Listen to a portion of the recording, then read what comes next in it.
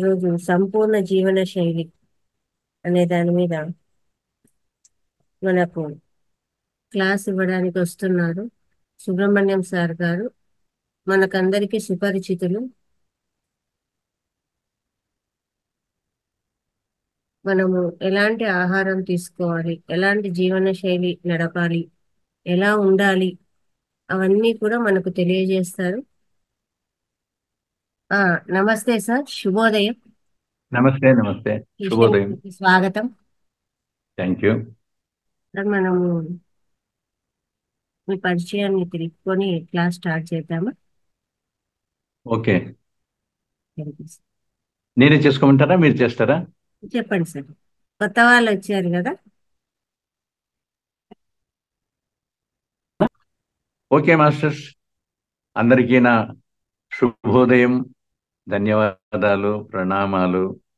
అలాగే ఫస్ట్గా మన ప్రీతి గురువులైనటువంటి బ్రహ్మశ్రీ పితామహ సుభాష్ పత్రిజీ గారికి, స్వర్ణమాల మేడం గారికి, అందరికీ నా హృదయపూర్వక ప్రణామాలు.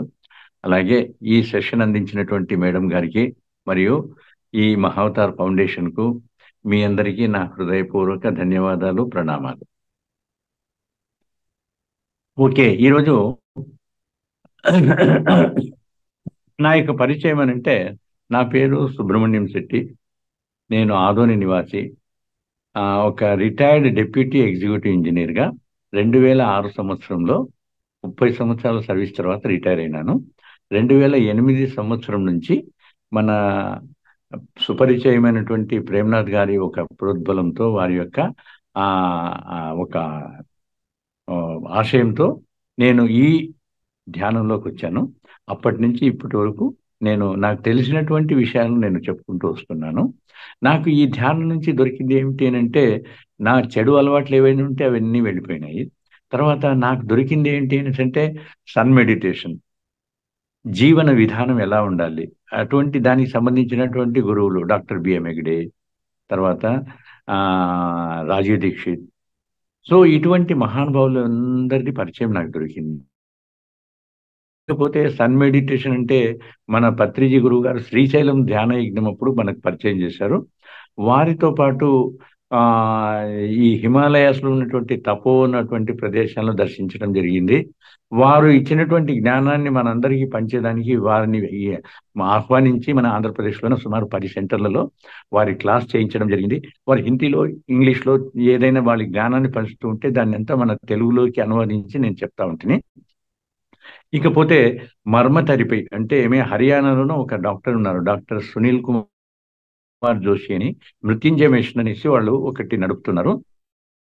దానివల్ల వాళ్ళు మనకు అనారోగ్యం ఏదైనా ఉంటే ఓన్లీ జస్ట్ ఈ ఆక్యుప్రెషర్ అంటాం కదా, దానికంటే ఉన్నతమైనటువంటిది మర్మ థెరపీ. మన శరీరంలో ఒక 108 మర్మ పాయింట్స్ ఉంటాయి.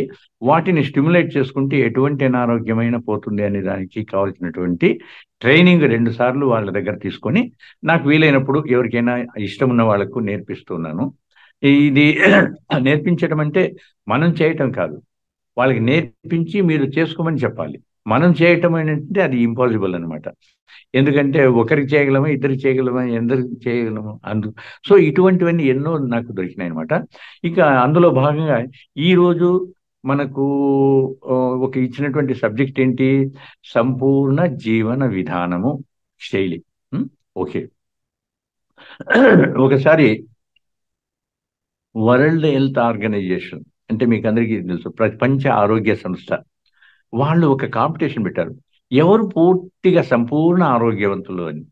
దానికి ఎన్నో అప్లికేషన్స్, వాళ్ళ భావాలు వాళ్ళు తెలియజేశారు అన్నమాట. అందులో ముఖ్యమైనది వాళ్ళకి దొరికింది ఏంటంటే, ఎవరైతే ఫిజికల్గా, శారీరక పరంగా, మానసిక పరంగా, సంఘపరంగా, ఆర్థిక పరంగా, ఆధ్యాత్మిక పరంగా ఉన్నత స్థితిలో ఉంటారో వాళ్ళే సంపూర్ణ ఆరోగ్యవంతులు. దీనిలో ఏది తప్పైనా, ఏది కొంచెం లోటుపాటు ఉన్నా కూడా హీ కెనాట్ బి 100% హెల్దీ. ఇప్పుడు ఆర్థికం లేదు, వాడికి ఎప్పుడు అదే చింత ఉంటుంది. సంఘంలో ఒక స్థితి లేకపోతే వాడిని ఎవరు పట్టించుకుంటారు? అలాగే శారీరకంగా బాగుండాలి, మానసికంగా కూడా బాగుండాలి, ఆధ్యాత్మిక పరంగా లాస్ట్. ఈ విధంగా ఉంటే వాడు సంపూర్ణ ఆరోగ్యవంతుడు. మరి ఎవరున్నారు ఇలాగా? ఇంకెవరండి? మన గురువుగారు అయినటువంటి పత్రిజీ గారు. సో ఆ విధంగా చేరుకునేదానికే ఆయన మనకి ఇంత ధ్యానాన్ని ఇచ్చి ఇంత ఒక స్టేజ్, ఒక ప్లాట్ఫామ్ ఏర్పరిచినారు. ఎవరైనా ఏదైనా చెప్పండి, మంచిది కావాలి అందరికీ. అంటే ఒక ఆహారపు అలవాట్లు ఉండొచ్చు, ఒక ఎక్సర్సైజెస్ ప్రాణాయామం ఉండొచ్చు, ప్రతి ఒక్కటి కూడా మనకు నేర్పించి వెళ్ళారు. మరి దాన్ని మనం ఫాలో అయితే సంపూర్ణ ఆరోగ్యవంతులుగా ఉండొచ్చు కదా. ఉమ్. ఇకపోతే మనకి ఈ సంపూర్ణ ఆరోగ్యం ఎందువల్ల పోతుంది? మనమే పోగొట్టుకుంటున్నాం. అది పోవటం లేదు. సంపూర్ణ ఆరోగ్యాన్ని మనం పోగొట్టుకుంటున్నాము. అనారోగ్యాన్ని రావమ్మ మహాలక్ష్మి అనేసి డబ్బులు పెట్టి కొంటున్నాం. ఇది పోవాలనేసి కొన్ని విషయాలు మనం తెలుసుకోవాలి. ఫస్ట్ ఆఫ్ ఆల్, మనము ఆ మానవులమా దేవుళ్ళమా? గురువు గారేమో చెప్తున్నారు, dear friends, dear masters and dear God's అని. ఓకే, డియర్ ఫ్రెండ్స్ అన్నారు, మనం ఫ్రెండ్స్ అయిపోయినాం. డియర్ మాస్టర్స్, ప్రతి ఒక్కరు చెప్పింది విన్న తర్వాత you have become the masters. మరి డియర్ గాడ్స్, గురువు గారు చెప్పినారనేసి తల ఊపేస్తాం. కానీ ప్రూఫ్ ఉందా? ఇంతకుముందు కూడా చెప్పాను నేను, ఇంకోసారి కొత్త వాళ్ళు వచ్చింటే చెప్తాను ప్రూఫ్. నేను చెప్తాను చూడండి. ఇప్పుడు అమ్మ, మీ ఫాదర్ గారి పేరేంటి చెప్పండి? సీతారామయ్య గారు. ఆ, వారి ఫాదర్ పేరు? నరసరామయ్య. వారి ఫాదర్ పేరు? రామసుబ్బయ్య. వారి ఫాదర్ పేరు? శివయ్య. నాకు తెలియదు. సో ఇలాగా అంటే తరతరాలుగా వెళితే మనకు మూలమైనటువంటి వాళ్ళు ఎవరు? ఆది దంపతులైనటువంటి పార్వతీ పార్వతీ పరమేశ్వరులు. పరమేశ్వరు. అవునా? ఇప్పుడు మామిడి విత్తనం విత్తితే మనకు సపోటా వస్తుందా, జామకాయ వస్తుందా? మామిడి చెట్టు. మామిడికాయనే వస్తుంది. మరి యాపిల్ విత్తితే అదే. యాపిలే వస్తుంది. అలాగే మనకు మూలమైనటువంటి ఆది దంపతులైన పార్వతీ పరమేశ్వరుల నుంచి వచ్చినటువంటి మనకు ఆ అంశం ఉందా లేదా? ఖచ్చితంగా ఉండాలి కదా.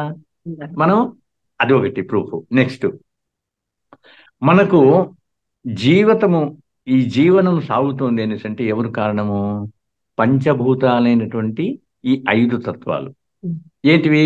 ఆకాశతత్వము, భూతత్వము, వాయుతత్వము, అగ్నితత్వము, జలతత్వము. ఈ 5 తత్వాలే మనల్ని జీవనం చేసేదానికి మనకు అవకాశం ఇస్తున్నాయి.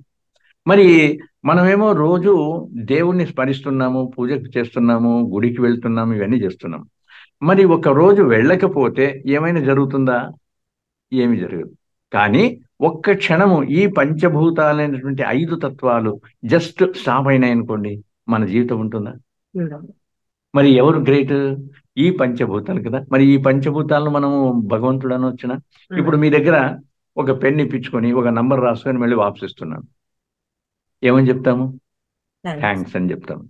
ఎంత చిన్న పని, దానికే థ్యాంక్స్ అని చెప్పినప్పుడు ప్రతి క్షణము మనల్ని కాపాడేటువంటి ఏ 5 తత్వాలను మనము భగవంతుడని ఎందుకు అనకూడదు? మరి ఈ భగవంతుడు మనలో ఉన్నాడా? ఈ 5 తత్వాలు మనలో ఉన్నాయా? ఉన్నాయి అని అంటారు. ఏ విధంగా ఉన్నాయి? ఇప్పుడు ఫర్ ఎగ్జాంపుల్, ఆహారం తీసుకుంటున్నాం, ఎక్కడి నుంచి వస్తుంది? భూమాత నుంచి వస్తుంది, అంటే భూతత్వం ఉన్నట్టే. నీళ్లు తీసుకుంటున్నాము, అంటే ఆహారం పచనం అయ్యేదానికి మరియు రక్తం ఉత్పన్నం అయ్యేదానికి ఉపయోగపడుతూ ఉంది. మరి ఆ జలతత్వం ఉంది కదా, తీసుకున్న ఆహారం పచనం అవుతా ఉంది కదా, డైజెస్ట్ అవుతా ఉంది కదా, అంటే జఠరాగ్ని అనేటువంటిది ఏంటంటే అగ్ని ఉన్నట్టే. మరి శ్వాస తీసుకుంటున్నాం కదా, వాయుతత్వం ఉన్నట్టే.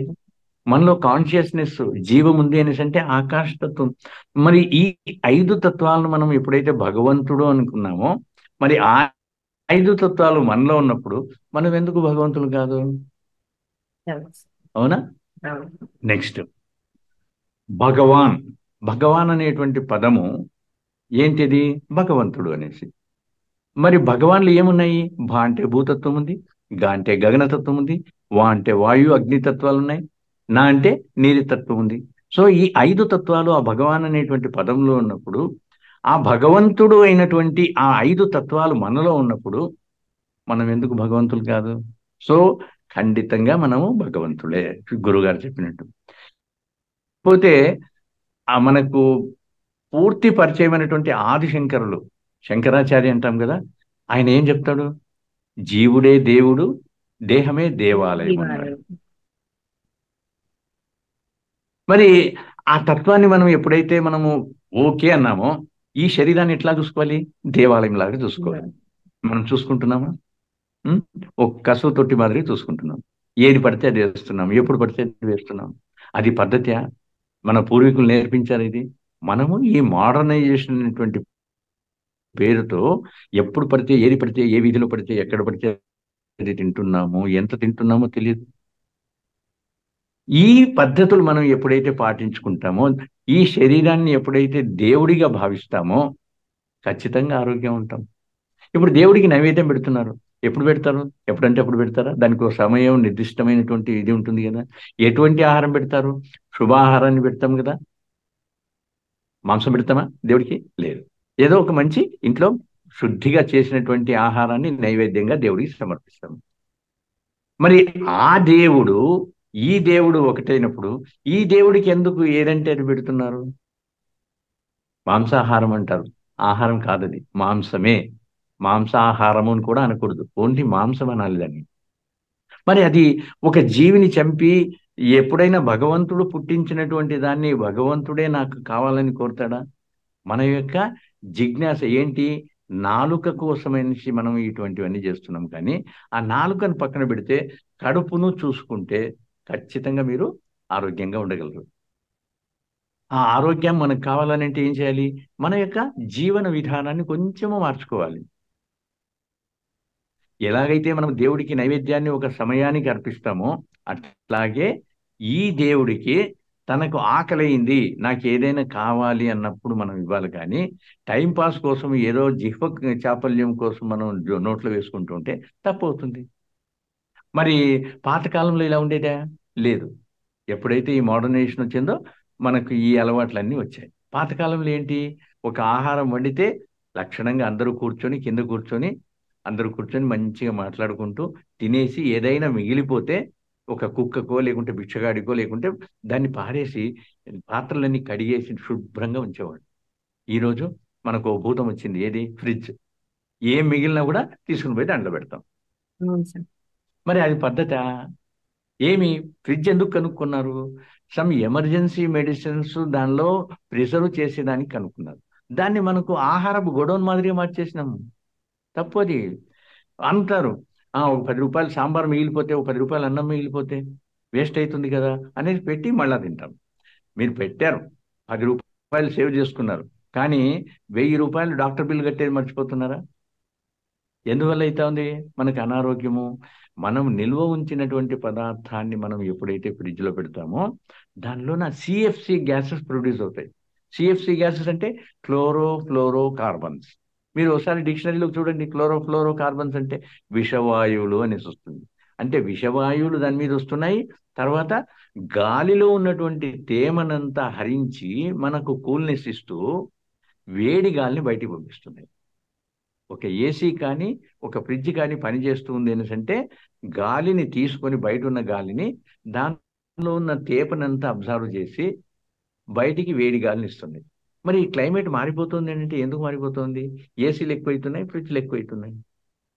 ఇప్పుడు బెంగుళూరు వాతావరణానికి మనకి ఏసీ అవసరమా? సాఫ్ట్వేర్ కంపెనీస్ ఏం చేస్తున్నాయి? సెంట్రల్ ఏసీ అనేసి స్టేటస్ కోసం సెంట్రల్ ఏసీ అంటుంది. మరి ఆ సెంట్రల్ ఏసీకి ఎంత గాలి వేస్ట్ అయిపోతా ఉంది, ఎంత వేడి గాలి బయటికి వెళ్ళిపోతుంది. దాని నుంచే 25 డిగ్రీల లోపల ఉన్నటువంటి బెంగళూరు వాతావరణం ఈరోజు 32, 35 దాటిపోతాం. మరి ఇటువంటివన్నీ మనం చేసే తప్పులు కదా! అవసరం ఉందా ఫ్రిడ్జ్లో పెట్టాల్సినటువంటిది? కళ్ళారా చూస్తూ వేస్ట్. ఒక రోజు, 2 రోజులు, మూడో రోజుకి మీకు అర్థమైపోతుంది కదా ఎంత చేయాలి, ఎంత మనం తినాలి అనేటువంటిది. మరి ఆ విధంగా మనం ఎప్పుడైతే ఫాలో అవుతామో కరెక్ట్గా వండుకుంటాము. ఒకవేళ మిగిలిపోయింది అనుకోండి, పాత్రలు కడిగేస్తాం. ఈరోజు మనకు బిచ్చగాళ్ళు దొరకరు, కుక్కలు దొరకవు, కానీ పడేయాలి తప్పదు. ఒకసారి ఆలోచించేయండి. టేబుల్ మీద మనము ఒక ఆహారం పెట్టాము, వేడి వేడిగా ఉంది. ఏ ఈగ దోమైనా వచ్చి దాని మీద వాళ్తుందా? వాళ్ళదు. అంటే ఆ వేడి వేడి ఆహారం నీ కోసం, అది భగవంతుడు చెప్పేది. ఒక 6 గంటలు అయిందండి, దోమలు ఈగలు వచ్చి దాని మీద కూర్చుంటుంటాయి. చల్లబడిపోయిన తర్వాత వాటి ఆహారం అది 6 గంటల తర్వాత. దానిలో మనకు కావాల్సినటువంటి ప్రోటీన్స్, విటమిన్స్ అన్నీ వెళ్ళిపోయినాయి ఆ వేడితోటే. వాటికి కావాల్సిన ఆహారం అప్పుడు తయారైంది. ఇంకో 6 గంటలు చిన్న చిన్న బ్యాక్టీరియా కనిపిస్తుంటుంది దాని మీద. మీరు అబ్జర్వ్ చేస్తే కనిపిస్తుంది. ఇంకొక 6 గంటలు అయిపోయింది, బూజు వస్తుంది. ఆ బూజులో కొంత బ్యాక్టీరియా ఉంటుంది, దాని ఆహారం అది. మరి దాని ఆహారాన్ని మీరు తింటే మీకు ఎలా సరిపోతుంది చెప్పండి? సో ఇది వైజ్ఞానికంగా ఒకసారి ఆలోచిస్తే మనకు మిగిలిపోయినటువంటి పదార్థం మనం తినవచ్చునా అనేటువంటి. ఇప్పుడు మనం ఏం చేస్తాం తెలిసిన, ఆ మిగిలిపోయిన పదార్థాన్ని ఫ్రిడ్జ్లో పెట్టేసి మనం కొద్దు అనేసి అనుకుంటే పని మనిషికి ఇస్తాం. ఏం పని మనిషి దేవుడు కాదా? ఆమెకు జీవం లేదా? మరి ఆమె ఆరోగ్యం ఎందుకు చెడపాలి? ఇది ఆలోచన చేస్తే మనం ఫ్రిడ్జ్ అనేటువంటిది ఏ విధంగా ఉపయోగించాలనేటువంటిది తెలుస్తుంది. మాస్టర్స్, ఒకటి, ఫ్రిడ్జ్ లో పెట్టినటువంటి పదార్థం ఏదైతే కూడా దాని యొక్క విటమిన్స్ ప్రోటీన్స్ను కోల్పోతుంది. పండ్లైనా సరే, పాలైనా సరే, పెరుగైనా సరే, ఇవన్నీ కూడా దానిలో ఉన్నటువంటి విటమిన్స్ ప్రోటీన్స్ మోర్ దాన్ 50% వెళ్ళిపోతున్నాయి. ఏదో ఒక ఒక అవగాహనతోటి మనం తీసుకుంటున్నాం, కానీ దానిలో ఏ మాత్రం శక్తి లేదు. చల్లబడిపోయినటువంటి ఆహారంలో మనకు కావాల్సిన విటమిన్స్ ప్రోటీన్స్ అస్సలు దొరకవు. ఇంకా ఒకటి, మనకు ఆహారం అవసరమా? ఒక్కసారి ఆలోచన చేయండి. మనకు విటమిన్స్ అంటాము, మినరల్స్ అంటాము, ప్రోటీన్స్ అంటాము, A vitamin, B vitamin, C vitamin కళ్ళతో చూసినాము ఎప్పుడైనా? ఒకరు ఏదో వైజ్ఞాని చెప్పినాడు అనేసి తింటున్నాం. కానీ ఆ వైజ్ఞాని చెప్పేది, ఇప్పుడు క్యారెట్ ఉంది, కుకుంబర్ ఉంది, దోసకాయ, ఇవి తింటే మీకు కంటికి బాగుంటుంది, హార్ట్కి బాగుంటుంది, ఇవన్నీ చెప్తారు. సరే, మనం అట్లాగే తింటున్నామా? వండుతున్నాం. ఎప్పుడైతే వండినామో 98% దానిలో ఉన్నటువంటి విటమిన్స్, ప్రోటీన్స్, మా మినరల్స్ ఏమున్నాయి అన్ని దగ్ధమైపోతున్నాయి. ఏదో ఒక 2% మన శరీర తృప్తి కోసం మనం తింటున్నాము, కానీ దాంట్లో ఆ విటమిన్స్ అందటం లేదు. ఒక ఉదాహరణ చెప్తాను. ఇప్పుడు మన ఎత్తు ఫ్రిడ్జ్, ఇది కుక్కర్ ఒకటి తయారు చేసి మనల్ని అందులో ఉంచి 5 నిమిషాలు ఉంచినాం అనుకోండి, ఏమైపోతుంది? చనిపోతాం. The same thing happening to that vegetables also. మనం ఏదైతే ఆహారం వండుతున్నామో దానిలోన అన్నీ వెళ్ళిపోతున్నాయి. ఫ్రై చేస్తున్నాము, మనల్ని ఫ్రై చేస్తే చచ్చిపోతాం. అలాగే మనం తీసుకున్నటువంటి ప్రతి ఆహార పదార్థాన్ని కూడా అయితే ఎప్పుడైతే ఫ్రై చేస్తున్నామో, ఎప్పుడైతే ఉడకబెడుతున్నామో, దానిలో ఉన్నటువంటి అంశాలన్నీ కూడా వెళ్ళిపోతున్నాయి. ఓన్లీ 2% తోటే మనం జీవనం చేస్తున్నాము. ఇకపోతే మన బ్రెయిన్ కూడా వర్క్ చేస్తూ ఉండేది ఓన్లీ 2% తోటే. 100% పనిచేయటం లేదు. ఆ 2% తోటే మనం ఇంత జీవనం చేస్తున్నాం. ఇంకొక 3-4% ఎక్కువ తీసుకుంటే ఎలా ఉంటాము? అబ్దుల్ కలాం, వివేకానంద స్వామి, రామకృష్ణ పరమహంస, ఐన్స్టీన్ లాంటి మహాత్ములు మనం కావచ్చు. అదే మనకు ధ్యానం ద్వారా జరిగేది. ఈ ధ్యానం ద్వారా ఏం జరుగుతోంది? ఎప్పుడైతే మనం ధ్యానం ద్వారా మనం శ్వాసను తీసుకుంటున్నామో అక్కడ ఒక కొంత కాస్మిక్ ఎనర్జీ క్రియేట్ అవుతోంది. ఆ కాస్మిక్ ఎనర్జీ ఏం చేస్తూ ఉంది? మొదట మన నాడీ మండలం అంతా శుద్ధి చేస్తుంది. నెక్స్ట్ మన యొక్క ఇమ్యూనిటీ పవర్ను పెంచుతుంది. థర్డ్, మన మైండ్లో ఉన్నటువంటి కామ, క్రోధ, లోభ, మోహ, మత, మాత్సర్యాలను క్లీనింగ్ చేస్తుంది. ఆ క్లీనింగ్ ఎప్పుడైతే అయిపోతుందో మనలో ఉన్నటువంటి దుర్గుణాలు, అవే కదా మనకు దుర్గుణాలు, ఆ గుణాలు పోయిన తర్వాత మనం ఎలా తయారవుతాము? ఋషోమునుల మాదిరిగా తయారవుతాం. మనకు ఎటువంటి దాన్నైనా కూడా యాక్సెప్టింగ్ నేచర్, తట్టుకునే శక్తి వస్తుంది. ఇప్పుడు అక్కడ ఏదో తప్పు జరుగుతోంది, ఎంతో కోపడతాం, ఎంతో కోపడతాం, మరి కొట్టేదానికి వెళ్తాం. అదే ధ్యానం చేసినటువంటి వ్యక్తి నెమ్మదిగా, నాన్న అలా కాదమ్మా, ఇలా చేసుకోవాలని నెమ్మదిగా చెప్తాం. ఎటువంటి స్థితినైనా కూడా యాక్సెప్ట్ చేసే స్థితి వస్తుంది. ఎటువంటి స్థితినైనా ఫేస్ చేసేటువంటి ధైర్యం వస్తుంది. ఒక ఇంటర్వ్యూ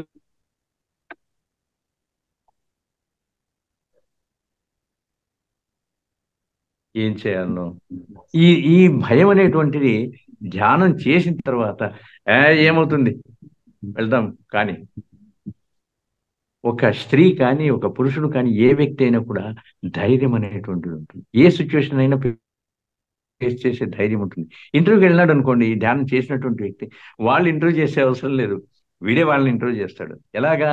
ఇంటర్వ్యూ హాల్లోకి వెళ్ళిన వెంటనే ఒక ఫ్యాక్టరీ కానీ, ఒక కంపెనీ కానీ ఉంది, వాడు ఇమీడియట్గా ఏం చేస్తాడు? వాడి యొక్క 6th సెన్స్ చెప్తుంది, ఈ ఫ్యాక్టరీ అంతా ఒకసారి రౌండ్ వేసుకో, ఏమేమి ఉన్నాయి దీనిలోన, ఒక ప్రోగ్రెస్ రిపోర్టు, వాళ్ళ యొక్క కంపెనీ యొక్క అవగతాలు అన్ని కంప్లీట్గా వాడు ఎప్పుడైతే వేసుకుంటాడో లోపలికి వెళ్ళిందే, సార్ నమస్తే సార్, మీ కంపెనీని చూశాను ఎంత బాగుంది, అసలు ఆ ప్రోగ్రెస్ రిపోర్టు, ఆ డెవలప్మెంట్ అవన్నీ చూస్తే దీనికి ఈ విధంగా చేస్తే బాగుంటుంది సార్ అనేసి వాడి ఏదో ఒక్క మాట మాట్లాడినాడు అనుకోండి, ఓ కంపెనీ గురించి వీడు ఇంత స్టడీ చేశాడంటే ఇటువంటి వ్యక్తి మనకు కావాలని వాడిని అపాయింట్ చేయరా చెప్పండి. So this is happened to our meditators, some of the experiences. కొంతమంది యొక్క ఆ అనుభవంతో చెప్పినటువంటి మాటలు ఇవి నేను చూసి నేను మీకు చెప్తున్నాను. సో కంపల్సరీగా ఎక్కడికైనా వెళ్ళని, ధ్యానం చేసుకుని వెళ్ళండి, ఖచ్చితంగా ఆ పని సక్సెస్ అవుతుందంటే అవుతుంది ఖచ్చితంగా. మనలో ఉన్నటువంటి ఈ భావన ఏంటి, ఏ సిచ్యువేషన్ అయినా కూడా ఒప్పుకునే స్థితి, కానీలేండి మరి ఫేస్ చేసేటువంటి ధైర్యం, ఇవి రెండు మనకు దొరుకుతాయి. ఇంకా తర్వాత ఏమవుతుంది, అది మనం బ్రెయిన్ లోపలికి వెళ్ళి అక్కడ ఉన్నటువంటి ఇవన్నీ క్లీన్ చేయటమే కాకుండా ఆ 2% తోటే ఉన్నటువంటి ఆ బ్రెయిన్ను ఒక 3% దానిలో నుంచి లాగుతుంది. ఎలా లాగుతుందంటే చెప్తాను చూడండి. మన బ్రెయిన్లో 4 పార్ట్స్ ఉన్నాయి. ఏది, cerebrum, cerebellum, pituitary gland, pineal gland అనేసి. మనకు ధ్యానం చేసినప్పుడు మిగిలినటువంటి ఆ శక్తి పీనియల్ గ్లాండ్ను టచ్ చేస్తుంది. అక్కడి నుంచి ఆ శక్తి సెరిబ్రమ్ అనేటువంటి ప్రదేశానికి వెళ్తుంది, ఆ పోర్షన్కి. సెరిబ్రంలో ఏమవుతుంది, 5 ఎలిమెంట్స్గా క్రియేట్ అవుతుంది. ఏమిటి 5 ఎలిమెంట్స్? ఆకాశము, భూమి, వాయు, అగ్ని, జలం, ఈ తత్వాలుగా క్రియేట్ అయ్యి అక్కడి నుంచి పిట్యూటరీ గ్లాండ్కి వెళ్తుంది. పిట్యూటరీ గ్లాండ్ ఏంటి? పిట్యూటరీ గ్లాండ్ అని అంటే మన కంప్యూటర్లో ఒక సిపియు ఉన్నట్ల బాక్స్ వస్తుంది కదా, ఇప్పుడంటే సరే ఇన్బిల్ట్ వస్తున్నాయి, కానీ ఇంతకుముందు సిపియు అనేసి ఒక బాక్స్ వచ్చేది, మానిటర్, కీబోర్డ్ మీద మీరు ఏం టైప్ చేస్తే ఆ క్వశ్చన్ మానిటర్ మీద మనకు కనిపిస్తుంది, అది ఇమీడియట్గా సిపియులోకి వెళ్ళి దాని ఆన్సర్ మనకు మానిటర్లో కనిపిస్తుంది. అట్లాగే ఈ 5 తత్వాలు ఎప్పుడైతే పీనియల్ గ్లాండ్కి వస్తాయో, పీనియల్ గ్లాండ్ అనేటువంటిది కంప్లీట్ ఒక ఇంపార్టెంట్, మనకు ఏంటి, బాడీలో ఉన్నటువంటి 6 కోట్ల కణాలు అక్కడికి వచ్చి మెసేజ్ అందించి మెసేజ్ తీసుకుని వెళ్తున్నాయి. ఇప్పుడు మన ఈ చేతి మీద ఒక దోమ కూర్చొనింది, దోమ కూర్చొని ఉంటే మనం ఏమి చేయలేం, కానీ ఈ విషయము ఈ 6 కోట్ల కణాలు ఈ పిట్యూటరీ గ్లాండ్, బ్రెయిన్లో ఉన్నటువంటి పిట్యూటరీ గ్లాండ్కి అందజేస్తాయి, అక్కడ దోమ ఉంది, ఏం చేయాలి? మరి లెఫ్ట్ హ్యాండ్తో ఇలా అంటే పోదు, మరి ఏం చేయాలి? రైట్ హ్యాండ్కి ఇన్స్ట్రక్షన్స్ ఇస్తుంది, దాన్ని ఇలాగను అనేసి, అప్పుడే ఇది యాక్ట్ చేస్తుంది. సో ఆ విధంగా కంప్లీట్ మానిటర్ చేసేటువంటిదే సిపియు లాంటి ఈ పిట్యూటరీ గ్లాండ్. ఓకే. ఇంకా ఈ సిపియు నుంచి ఏం జరుగుతూ ఉంది, మనకు ఒక మెడికల్ నాలెడ్జ్ అనేసి అంటే అతి పూర్వమైనటువంటిది మన ఆయుర్వేదలో మనకు ఇమ్మీడియట్గా ఏం చెప్తారు, మన యొక్క బాడీ అంతా కూడా ఏ తత్వాలతో నిండి ఉంది? కఫతత్వము, వాయుతత్వము, వాతం అంటారు, పిత్తము, అగ్నితత్వము. ఇవి బాగుంటే మన ఆరోగ్యం బాగుంది. మరి ఈ శక్తి, ఈ 6 కోట్ల కణాలు, ఈ 5 ఎక్స్ట్రా శక్తి ప్రతి ఒక్క కణంలో కూడా ఇండ్యూస్ చేయబడుతుంది. మరి అప్పుడు మనకు కాళ్ళ నొప్పులు ఉన్నాయి. కాళ్ళ నొప్పులు అనేసి అంటే ఆయుర్వేదంలో ఏమంటారు, మీకు వాతం ఇంబ్యాలెన్స్ అయింది అని అంటారు. వాతము అనేసి అంటే వాయుతత్వం, ఎక్స్ట్రా వాయుతత్వం వస్తూ ఉంది కదా మన శరీరంలో, పిట్యూటరీ గ్లాండ్ నుంచి ప్రతి కణానికి ఎక్స్ట్రా వాయుతత్వం, ఎక్కడి నుంచి, సెరిబ్రమ్ నుంచి వచ్చినటువంటి ఆ ఎనర్జీ, ఆ వాయుతత్వం ప్రతి ఒక్క కణంలో ఉంటుంది. కాబట్టి అవి ఇక్కడ ప్రసరించినప్పుడు ఆ కాళ్ళ దగ్గర ఆ ఇంబ్యాలెన్స్ను బ్యాలెన్స్ చేసేస్తుంది, కాళ్ళ నొప్పులు పోతాయి. ఇకపోతే కడుపులో ఏదో అనారోగ్యం ఉంది, దాన్ని ఏమంటారు? పిత్తము అని అంటారు. పిత్తతత్వం ఇంబ్యాలెన్స్ అయింది. పిత్తము అనేసి అంటే అగ్నితత్వం కూడా ఎక్స్ట్రా ఉంది కదా, ఆ అగ్నితత్వం దాన్ని బ్యాలెన్స్ చేసినప్పుడు కడుపులో ఉన్నటువంటి సమస్య తొలగిపోతుంది. ఇక పైకి వచ్చేటప్పటికి లంగ్స్, హార్ట్, ఇవన్నీ కూడా కఫతత్వము అని అంటారు, అంటే జలతత్వం. ఆ జలతత్వం కూడా మనకి ఎక్స్ట్రా వచ్చింది కదా, ఆ జలతత్వం దీన్ని బ్యాలెన్స్ చేసినప్పుడు ఆ లంగ్స్, హార్ట్, అక్కడ ఉన్నటువంటి సమస్యలన్నీ తొలగిపోతున్నాయి. ఇక ఫైనల్గా ఇంకా మిగిలినటువంటి ఆ శక్తి ఏం చేస్తుంది, మన యొక్క బ్రెయిన్లో దాచుకున్నటువంటి 98% శక్తిని కొద్దిగా వెనక్కి లాగుతుంది. ఎలాగా? మరి ఆ 98% 100% వాళ్ళు లేరా? ఉన్నారు. 100% వాళ్ళు ఎవరు? 5 సంవత్సరాల లోపల ఉన్నవాళ్ళు. 5 సంవత్సరాల లోపల ఉన్నవాళ్ళు. హ్మ్. ఎవరున్నారు చెప్పండి పురాణంలో మీకు తెలిసి? అభిమన్యుడు. తల్లి గర్భంలో ఉన్నప్పుడే అర్జునుడు చెప్పినటువంటి ఆ పద్మవ్యూహాన్ని ఛేదించే విధానాన్ని అవన్నీ నేర్పించినప్పుడు అనుకుంటూ తాను ప్రహ్లాదుడు. నేర్చుకున్నాడు. ప్రహ్లాదుడు. ఎవరు? మన లీలావతి అమ్మ గర్భంలో ఉన్నప్పుడు నారద మహాముని చెప్పినటువంటి అన్ని శ్లోకాలు పఠించుకొని ఆ రోజే తయారైపోయి బయటికి వచ్చిన తర్వాత గురువులకే విద్య నేర్పినటువంటి వాడు. ఇంకా ఇంకోరు ధ్రువుడు. సో ఇటువంటి వాళ్ళంతా ఎందుకు బిఫోర్ 5 ఇయర్సే ఉన్నారు? ఆఫ్టర్ 5 ఇయర్స్ ఎందుకు లేకపోతున్నారు? మనము వారిని చెడిపేస్తున్నాం. ఏ విధంగా? ఒక ఉదాహరణ చెప్తాను. బస్సులో ఒక కండక్టర్, బస్సులో ఒక తండ్రి కొడుకు ఇద్దరు వెళ్తున్నారు. కండక్టర్ వచ్చాడు. ఒక్క టికెట్ ఇవ్వండి అన్నాడు. అబ్బాయి అనేసి అంటే అబ్బాయికి 5 ఇయర్సేనండి అని. ఏం చదువుతున్నాడు? నర్సరీ చదువుతున్నాడు అండి. సరే ఒక్క టికెట్ ఇచ్చి వెళ్ళిపోయాడు. అబ్బాయి అడుగుతున్నాడు, నాన్న నేను 7 ఇయర్స్ కదా, నేను ఫస్ట్ క్లాస్ చదువుతున్నాను కదా, నువ్వేంటి అలా చెప్పావు? లేదురా అలా చెప్పాలి, లేకపోతే టికెట్ అడుగుతారు. అబద్ధం నేర్పిస్తున్నామా? ఇక స్కూల్కి వెళ్ళాడు. స్కూల్ మాస్టరు, నువ్వు ఇక్కడ కూర్చో, నువ్వు ఇక్కడ కూర్చో, ఎందుకు సపరేషను? వాడు షెడ్యూల్ క్యాస్ట్, వీడు ఫార్వర్డ్ క్యాస్ట్ అనేటువంటి బోధన వాడు 5 ఇయర్స్ నుంచి నేర్పించేస్తున్నారు. ఇకపోతే మనం ఏం చెప్తున్నాం వాడికి? నాన్న వాడి దగ్గరికి వెళ్ళకు, వీడి దగ్గరికి వెళ్ళకు, ఈ ఆహారం వాడికి ఇవ్వద్దు, వాడి ఆహారం తీసుకోవద్దు, ఇవన్నీ నేర్పిస్తున్నామా? వాళ్ళు ఆ కల్మషం చేరిపోతా ఉందా? ఇంకొక ఉదాహరణ, ఇంటికి వచ్చారు ఎవరో, బాబు మీ నాన్న ఉన్నారా? లోపలికి వెళ్ళాడు. నాన్నగారు ఆయన గోపాల్ అనే వ్యక్తి వచ్చాడు. లేరని చెప్పమా అంటే వాడు వచ్చి ఏం చెప్తున్నాడు? నాన్నగారు లేరని చెప్పమన్నారండి. సో ఇవన్నీ వాడి మైండ్లో ఎప్పుడైతే చేరిపోతుందో, వాడి మైండ్ పర్ఫెక్ట్గా ఉన్నటువంటి మైండ్ను ఎప్పుడైతే కల్మషం చేస్తున్నామో 98% డార్క్నెస్లోకి వెళ్ళిపోతుంది. ఓన్లీ 2% మనం జీవనం నడుపుతున్నాం. ఎప్పుడైతే మనం ధ్యానం చేస్తామో ఆ 98%లో ఉన్నటువంటి ఆ కవాటం తెరుచుకొని 3-4% తీసుకొని they are becoming the genius. ఇంకోటి, genius, intelligent. Can you find out the difference? రెండింటిలో వ్యత్యాసం కనుక్కోగలరా? ఓకే చెప్తాను. ఇంటెలిజెంట్ అనేసి అంటే నేను ఒక ఐఏఎస్ ఆఫీసర్ కావాలి, నేను ఒక పోలీస్ ఆఫీసర్ కావాలి, నేను ఒక చార్టెడ్ అకౌంటెంట్ కావాలి, నేను ఒక అంబానీ మాదిరి ధనవంతుని కావాలి అనేటువంటి కోరికలు వాళ్ళలో ఉంటాయి. అదే జీనియస్ అయితే ఎవరు కనుక్కోలేనటువంటి ఒక కొత్త విషయాన్ని నేను కనుక్కోవాలి అనేటువంటి విజ్ఞాన తత్వం, సైంటిస్ట్ మైండ్ ఉంటుంది. అట్లా తయారైన వాళ్ళే మన యొక్క అబ్దుల్ కలాం కానీ, ఐన్స్టీన్ కానీ, న్యూటన్ కానీ, మన వివేకానంద స్వామి కానీ. వివేకానంద స్వామి తీసుకోండి ఒక ఉదాహరణకి. రామకృష్ణ పరమహంసను ఎప్పుడూ క్వశ్చన్స్ వేసేవాడు, తెలుసుకునేవాడు. అదే 3 రోజులు అఖండ ధ్యానము వివేకానంద స్వామి కన్యాకుమారికి వెళ్ళి ఆ రాక్ మీద ఎప్పుడైతే ధ్యానం చేశాడో చికాకు కలిగి రామకృష్ణ పరమహంస కంటే కూడా గొప్ప వ్యక్తిగా మారిపోయినాడు. ఇదంతా ఎందుకు జరిగింది? ఆ ధ్యానం వల్ల జరిగింది. మరి ఈ ధ్యానం నుంచి ఇవన్నీ మనకు దొరుకుతున్నప్పుడు ఎందుకు చేయకూడదు? మనం అనుకుంటాం పొద్దున చేస్తాము, రేపు చేస్తాము, రేపు పండగ ఉంది, రేపు ఊరికి వెళ్తున్నాము. మరి పండగ ఉంది ఊరికి వెళ్తున్నాం అనేసి ఆహారం తినేది మర్చిపోతున్నామా? నిద్రపోయేది మర్చిపోతున్నామా? లేదు కదా. సో ఆ దినచర్యల్లో ఇది ఒక భాగంగా కావాలి కానీ దాన్ని ప్రోగ్రామ్ ప్రాతినిగా కాదు.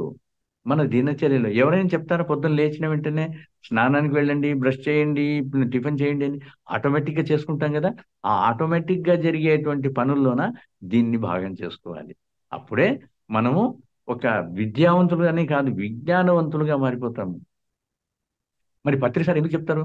ఏదడిగినా కూడా ధ్యానం చేయండి. ఇంటి సమస్య ఉంది, ధ్యానం చేయండి. ఆరోగ్యం బాగాలేదు, ధ్యానం చేయండి.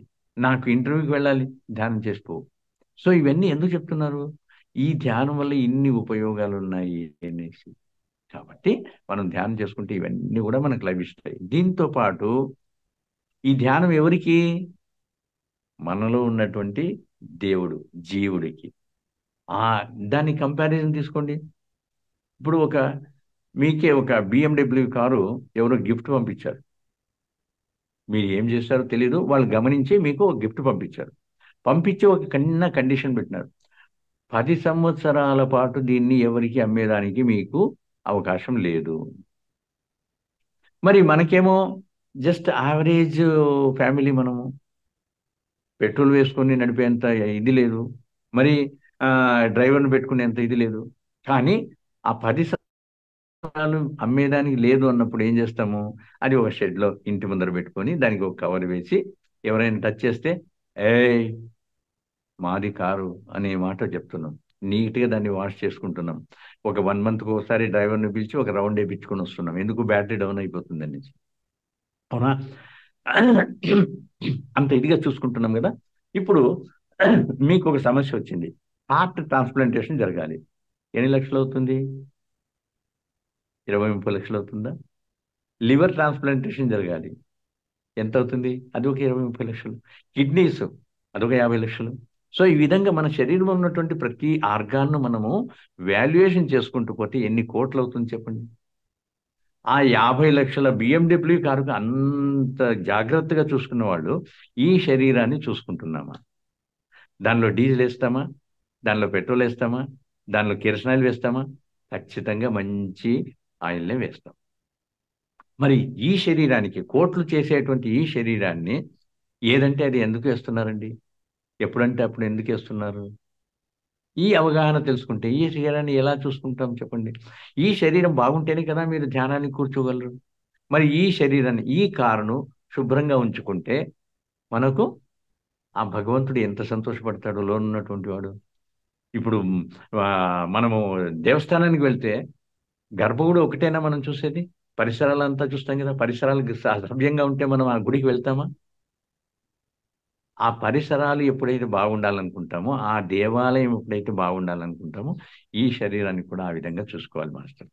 ఈరోజు పర్యావరణాన్ని మనం ఎంత పాడు చేస్తున్నాము అనేటువంటిది ఐడియా ఉందా?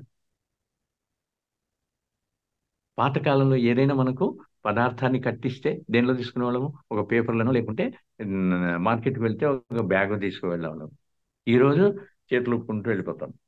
వాడు క్యారీ బ్యాగ్‌లో ఏసేవాళ్ళు. క్యారీ బ్యాగ్ ఇవ్వలేదనుకో వాడిని ఇంక నానా మాటలంటాం. వీళ్ళు బాధపడలేక వాళ్ళు అది అబ్జెక్షన్ ఉన్నా గూడా క్యారీ బ్యాగ్స్ ఇటువంటివన్నీ తెచ్చిపెట్టుకుంటారు. మరి అది ఎంత పర్యావరణానికి హాని చేస్తా ఉంది అనేసి తెలిసి కూడా ఇలా చేస్తున్నాం గదా! మరి మారాలి కదా మనము. మనం ఒకరిని బ్లేమ్ చేసేయొద్దు.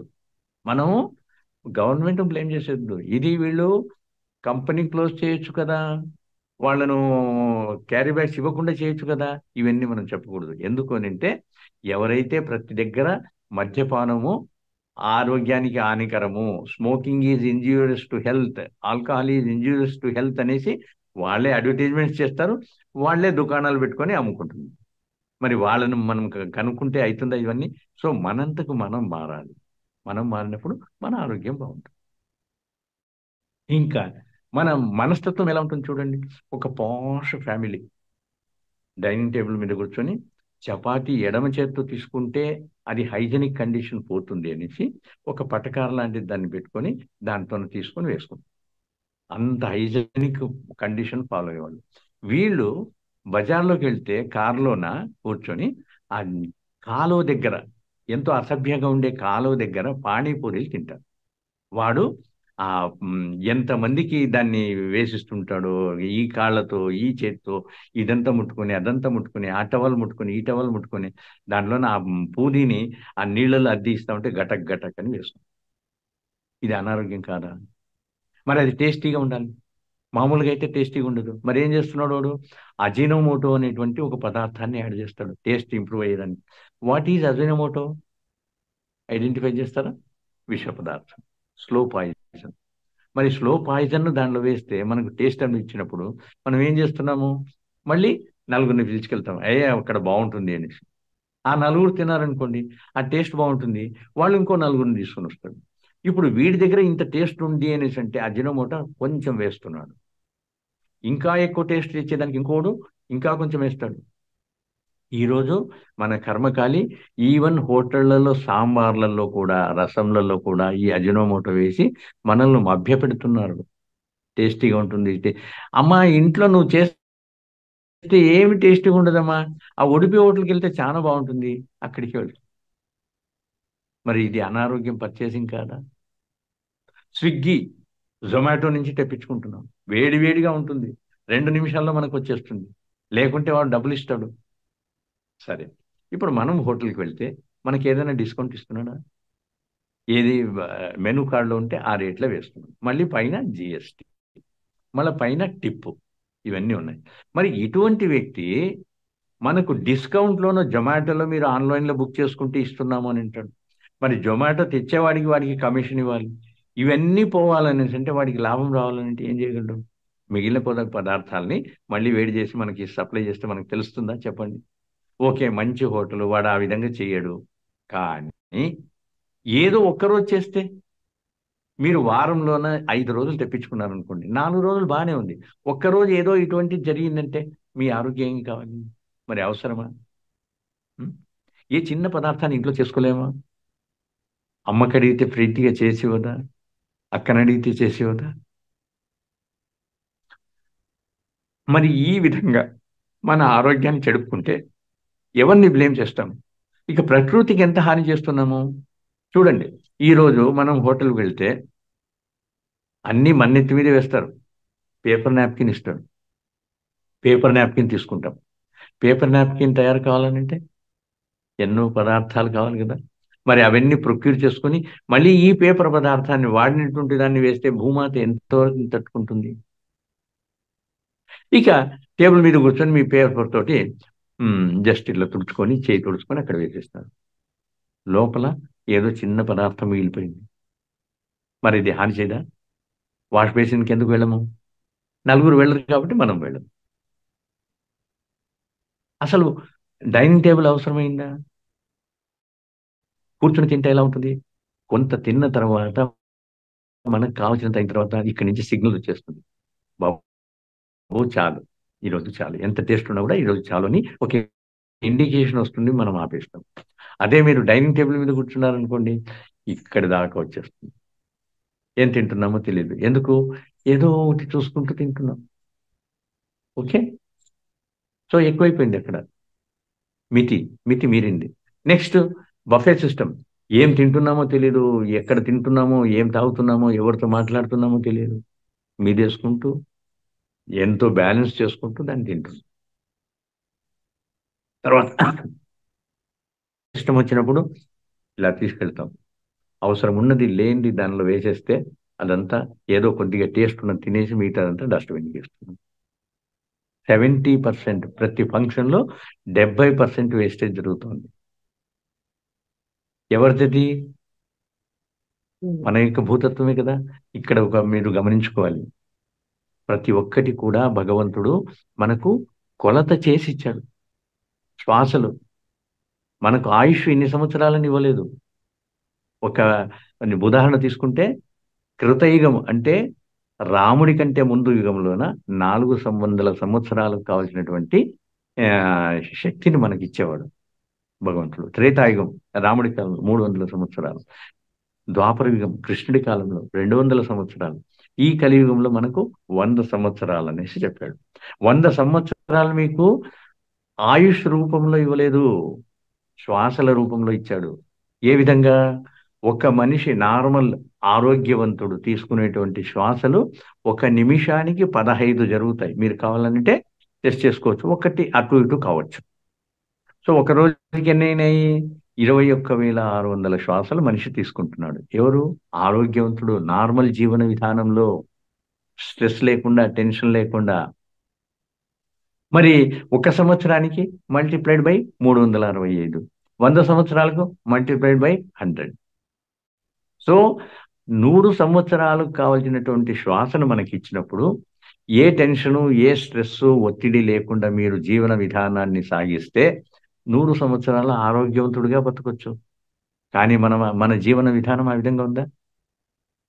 కోపం వచ్చినప్పుడు చూడండి ఎలా జరుగుతాయి, శ్వాస 20-25 అవుతాయి. టెన్షన్ ఉన్నప్పుడు, అమ్మ ఆహారం వండుతుంది, గ్యాస్ అయిపోయింది, పవర్ లేదు, ఆటో వాడు వచ్చాడు పిల్లలు పంపించమని, ఆ హస్బెండ్ డ్యూటీకి వెళ్ళాలి, ఎంత టెన్షన్ ఉంటుంది అమ్మకు. ఆ టెన్షన్ అప్పుడు 25, 30 శ్వాసలు జరుగుతాయి. అంటే మన డిపాజిట్ తగ్గిపోయిందా? అలాగే మన శరీరంలోన మన నాడీ మండలం అంతా కూడా ఎప్పుడైతే మనకు నార్మల్ వ్యక్తి 15 శ్వాసలు తీసుకోవాలన్నాడో 15 శ్వాసలకే కదా డిజైన్ చేయబడుతుంది. ఇక్కడ ఒక ఉదాహరణ, ఒక హాఫ్ ఇంచ్ పైప్ ఉందండి. దానిలోన ట్యాంక్ కనెక్ట్ చేసాము, నార్మల్గా వెళ్తూ ఉంటుంది పైప్లో వాటర్. దానికి ఒక 3/4 ఇంచ్ పైప్ యాడ్ చేసామనుకోండి, ఫోర్స్గా వెళ్తుంది. 1 ఇంచ్ పైప్ చేసాము, ఇంకా ఫోర్స్గా వెళ్తుంది. 2 ఇంచెస్ పైప్ యాడ్ చేసాము, పగిలిపోవచ్చు, బ్లాస్ట్ కావచ్చు, లేక బ్లాక్ కావచ్చు. అదే విధంగా మన శరీరంలో కూడా 15 శ్వాసలు జరిగినప్పుడు మీ యొక్క నాడీ మండలం కానీ ఆరోగ్యం కానీ స్థిమితంగా ఉంటుంది. ఎప్పుడైతే అవి 20, 25 శ్వాసలైనాయో దానిలో ఫోర్స్ ఎక్కువైపోతుంది. ఎప్పుడైతే 30 శ్వాసల దాకా వచ్చిందో బ్లాక్ కావచ్చు, బర్స్ట్ కావచ్చు. అదే హార్ట్ అటాక్, బ్లాకేజెస్. మరి ఇది పోగొట్టుకోవాలనంటే మనము ధ్యానం చేసినప్పుడు ఏమవుతుంది? మీరు గమనించుకోండి. 10 శ్వాసల లోపలే ఉంటుంది మన యొక్క శ్వాస తీసుకోవటం. మన డిపాజిట్ పెరిగిపోయింది. మన యొక్క నాడీ మండలంలో ఉన్నటువంటి బ్లాక్స్ తొలగిపోతున్నాయి. సో, ఆ విధంగా ధ్యానం మనకి హెల్ప్ చేస్తా ఉంది. అదే సిస్టంలోన మనకి ఎంత ఆహారం కావాలో 100 సంవత్సరాలకు అది డిజైన్ చేసి ఇచ్చాడు. పిల్లవాడు ఉన్నప్పుడు ఎంత, మధ్య వయస్కుడిగా ఉన్నప్పుడు ఎంత, ముసలివాడైనప్పుడు ఎంత, అవన్నీ భగవంతుడికి తెలిసి అది కూడా ఇన్ని టన్నుల ఆహారం వీడికి అనేసి డిసైడ్ చేసి ఇచ్చాడు. అదే విధంగా మనం తీసుకుంటే ఏ రోజు మనకు ఆహారపు కొరత రాదు. మరి ఈ రోజు ఆహారపు కొరత ఎందుకు వస్తుంది? మనము ఆ తల్లిని అవమానించినందుకు. ఉదాహరణకు తీసుకోండి. ఆ, ఇప్పుడు దీంట్లో ఉత్తరాఖండ్లో ఒక 8 సంవత్సరాల కిందట ఒక ఉపద్రవం జరిగింది. ఆ ఉపద్రవం జరిగినప్పుడు ఎవరికి ఆహారం లేదు. ఎవరైనా ప్యాకెట్లు వేస్తే ఒక మల్టీ మిలియనీర్ కోటీశ్వరుడు కూడా ఆహారం దొరికితే అమృతంగా భావించి తీసుకున్నాడు. మరి ఎందుకు కలిగింది ఆ స్థితి? మనము దుబారా చేసిన దానికి, వేస్ట్ చేసిన దానికి ఆహారాన్ని. అదే సిస్టంలో మన యొక్క నీటిని కూడా అదే విధంగా ఇచ్చాడు. ఎన్ని లీటర్లు కావాలి, వీడికి స్నానానికి ఎంత కావాలి, వీడికి తాగేదానికి ఎంత కావాలి, బట్టలు ఉతుక్కునేదానికి ఎంత కావాలి, ఇవన్నీ కూడా డిజైన్ చేసి మనకు భగవంతుడు ఇస్తే ఈరోజు మోడర్న్ సిస్టంలోన వాష్ బేసిన్ అనేసి, తర్వాత టబ్ అనేసి, ఈ విధంగా మనం దుబారా చేసుకుంటే మన యొక్క అకౌంట్లో నుంచి ఎక్కువ పోతున్నాయా లేదా? ఇప్పుడు మనం బ్రష్ చేస్తున్నామండి, వాష్ బేసిన్ దగ్గరికి వెళ్ళాం, వాష్ బేసిన్ ట్యాప్ ఓపెన్ చేసాం, చిక్కుతున్నాం, కడుక్కుంటున్నాం, ఆ నీళ్లు పోతూనే ఉన్నాయి. ఈ ఎడం చేయి ఏం చేస్తోంది? దీన్ని ఆపొచ్చు కదా, నోట్లో వేసుకొని పుక్కిలించేంత వరకు, మరి బ్రష్ చేసేంత వరకు ఆపొచ్చు కదా, ఆపం. అవగాహన లేదు. ఎవరిదో సొమ్ము, ఏమో మన అబ్బదా ఆ నీటి తత్వము? మనకి ఇచ్చినటువంటి ఒక ఆ ఆ, అమృతం ఇది. స్నానానికి వెళ్తాం టబ్బులో, మనకెంత భగవంతుడు ఇచ్చింది? 20 లీటర్లు స్నానం చేసుకునేదాన్ని. ఈరోజు 200 లీటర్ల టబ్లో స్నానం చేస్తే ఏమవుతుంది? యూరినల్స్కి వెళ్తాం, ఫ్లష్ అవుట్ వచ్చేస్తాం, 8 లీటర్ల వాటర్ పడుతూ ఉంది. ఫ్లష్ అవుట్ ఎందుకు తయారు చేశాడు? టాయిలెట్కి వెళ్ళినప్పుడు వాడేదాన్ని. సరే, నీళ్ళకి యూరినల్స్ పెట్టారు. జస్ట్ ఇట్లన్నీ మళ్ళీ పైకి అనొచ్చు కదా, 1 లీటర్ 2 లీటర్లతో వాష్ అయిపోతుంది కదా మన యూరినల్స్. టాయిలెట్ పోయినప్పుడు వద్దండి, 8 లీటర్స్ పోండి. కానీ ఆ విధంగా మన జీవితం అంతా లెక్కేస్తే ఎంత దుబారా చేస్తున్నాం చెప్పండి? చేయొచ్చునా ఇది? నెక్స్ట్ ఇంకోటి, ప్రకృతిని ఎలా నాశనం చేస్తున్నాము. ఇప్పుడు మనము ప్రతి ఒక్కరూ బళ్ళపొడి, వేప పుల్ల ఇవన్నీ మర్చిపోయినాం. ప్రతి ఒక్కరూ కాల్గేట్ పేస్ట్, లేకుంటే ఇంకో పేస్ట్. పేస్ట్ తిక్కిన తర్వాత దాన్ని మింగుతున్నామా? లేదు. ఎందుకు? అది కెమికల్స్తో కూడినటువంటి వ్యర్థ పదార్థం అనేసి తెలుసు. ఆ వ్యర్థ పదార్థాన్ని ఎక్కడ ఉంచుతున్నారు? వాష్ బేసిన్లో. వాష్ బేసిన్ నుంచి ఎక్కడికి వెళ్తుంది? డ్రైన్కి వెళ్తుంది. డ్రైన్ నుంచి మెయిన్ డ్రైన్, మెయిన్ డ్రైన్ నుంచి ఇంకో పెద్ద కాలువ. ఆ పెద్ద కాలువ ఎక్కడ జాయిన్ అవుతా ఉంది? నదిలో జాయిన్ అవుతా ఉంది. మళ్ళీ ఈ వ్యర్థపు నీరు, ఈ కెమికల్స్తో కూడినటువంటి నీరు ఆ నదిలో వెళ్ళినప్పుడు, ఆ నది నీరు మీరు పంటకు ఉపయోగించినప్పుడు ఏమవుతా ఉంది? ఆ నదిని బాధ పెట్టినాం, భూమాతను బాధ పెట్టినాం. మరి ఆ నది నీళ్ళే మనకు బోర్ బావుల్లో వస్తున్నాయి. అవే నీళ్లు తాగుతున్నాం. ఇదంతా ఓకేనా? ఇది ఎంత తప్పు చేస్తున్నాము? అవసరమా ఇది? మనం పాత్రలు కడుగుతున్నాం. పాత్రలు ఇంతకుముందు పాతకాలంలో బూడిద వేసి టెంకాయ పీచు తోటి కడిగేవాళ్ళం. దాని తర్వాత సబీనా వచ్చింది. ఓకే, సబీనా పౌడర్ వాడాం. ఈరోజు ప్రిల్ డిటర్జెంట్స్, ప్రిల్ ఒక్క చుక్క వేస్తే మీ అన్ని సామాన్లు కడిగేసుకోవచ్చు. ఓకే, అంత పవర్ఫుల్ అయినటువంటి ఆ ప్రిల్ పదార్థాన్ని మీ పాత్రల మీద రుద్దినప్పుడు, మీరు కడిగేసినప్పుడు, జనరల్గా పని మనుషులే కదా కడిగేది, కడిగేసినప్పుడు ఒక 0.001 అనేటువంటి ఆ పదార్థం దాని మీద మిగిలిపోతే, అది మనం భోంచేసేటప్పుడు మన కడుపులోకి వస్తే, ప్రతిరోజు ఆ విధంగా జరిగితే ఏమవుతుంది? ఆలోచించేయండి. ఈ వ్యర్థ పదార్థాలను మనం కడుపులోకి ఏ విధంగా తీసుకుంటున్నాం? మరి ఇవన్నీ ఎక్కడ? నదిలోకే వెళ్తున్నాయి. మరి అవసరమా? Where is the alternative? మరి ముందు ఆల్టర్నేటివ్ ఎందుకు లేదు అక్కడ? టెంకాయ పీచు మళ్ళీ తర్వాత బూడిద ఎందుకు వచ్చింది అప్పుడు? తర్వాత సబీనా ఎందుకు వచ్చింది? ఈరోజు అవన్నీ కనుమరుగు ఎందుకైనాయి? మన యొక్క స్పీడ్ యుగం ఏదో ఉద్ధరించేదానికి పెద్ద టైం ఎందుకు? టీవీ సీరియల్స్ చూసేదానికి, అనవసరమైనటువంటి మాటలు మాట్లాడేదానికి దీనికి ఉపయోగిస్తున్నాం మన టైం అంతా కూడా. ఇది మనము మానేస్తే ప్రకృతిని బాగా చేసిన వాళ్ళం అవుతాం. మనంతకు మనము ఆరోగ్యవంతులుగా ఉండేదానికి అవకాశం ఉంది. ఇకపోతే ఆ పళ్ళపొడి ఏది? వేప పుల్ల లేకుంటే కానుగ పుల్లతో తిక్కేవాళ్ళం కదా. ఏమవుతుంది? కానుగ పుల్ల ప్రకృతిలో నిండినటువంటిది. పళ్ళపొడి ఎలా తయారవుతోంది? ఆవు పేడతోటి. ఏ ఆవులు?